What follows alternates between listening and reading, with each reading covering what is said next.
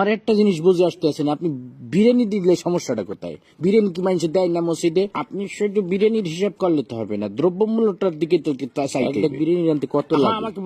আমাকে বলতে দেন কাঁচামরিচের দাম, মশলাপাতির দাম, বাজারে যাই আপনি হিসাব করে দেখছেন বিরিয়ানি রানতে কত খরচ হয়। আপনি খালি বিরিয়ানি হটতে আছে বিরিয়ানি রানতে বর্তমানে যে খরচ হবে ওইটা দিয়ে ঢলঢলা খিচুড়ি আপনি 50 জন মানুষ এক পুরো গ্রাম ধরে আপনি খাওয়াই দিতে পারবেন। বুঝলাম না, প্রতি বছর ইফতারির সময় আপনারা তো হিসাব করবোই তো, সমস্যাটা কি আপনার? আপনি খালি খাওয়ার হিসাবটাই বুঝলেন, আপনি দ্রব্যমূল্য হিসাবটা বুঝবেন না। আপনি কি মনে হচ্ছেন আমি কি বহুত টাকার মালিক হয়ে গেছি? হ্যাঁ, এখন যত কামাই তত খরচ। এই যে আপনার মসজিদে প্রতি মাসে ইমাম সাহেবের বেতন না দিলে ইমাম সাহেব চলবে কেন? আমার কথা বলতে দেন। আবার এই যে রমজান মাস আইছে, তারাবি পড়াবে, হাদিয়া দিতে হইবে না? আমার খরচ কি কম?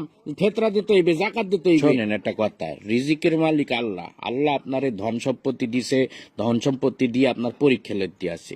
এই টাকা পয়সা যখন তখন আল্লাহ লেগে যেতে পারে। আপনি এই টাকা পয়সা আপনার জানে সৎকা করবেন, ফেতরা দেবেন। মুসলমান হিসেবে এটা আমাদের সকলের দায়িত্ব। সবাই বয়ান করে বোঝানো যায় না, বুঝছো?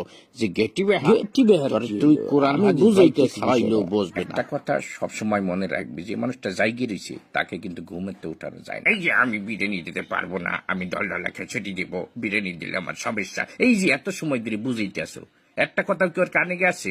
ও শুরুতেই বসতে আছে যে আমি দলডলা খিচুড়ি দিব, আমি বিরিয়ানি দিব। আপনি কতক্ষণ ধরে বুঝাবো আমি? এদিক টাকা শোন, আমি গত বছর আমি পুরা গ্রাম বইটা আমি বিরিয়ানি খাওয়াইছি না, পুরা গ্রাম কোনো ঝামেলা হয়েছে। আমি শুধু আমাদের মসজিদ না, আমি ভাগ করে দিছি। আমি পশ্চিম পাড়া মসজিদে দিছি, উত্তর পাড়া, দক্ষিণ পাড়া সব মসজিদে আমি ডেক করে বিরিয়ানি পাঠাই দিচ্ছি।